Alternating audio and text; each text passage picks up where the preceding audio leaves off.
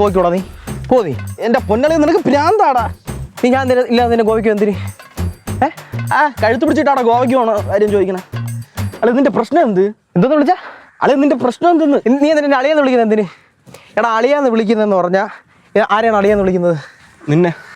എന്നെ അല്ല, സാധാരണ ആൾക്കാരെ ആരെയാണ് അളിയാന്ന് വിളിക്കുന്നതെന്ന്. എടാ എനിക്കത് അറിഞ്ഞൂടാ. ഞാനും ഇടയ്ക്ക് ചിന്തിക്കാറുണ്ട്, എന്തിനാണ് ഞാൻ അളിയാന്ന് വിളിക്കുന്നത്?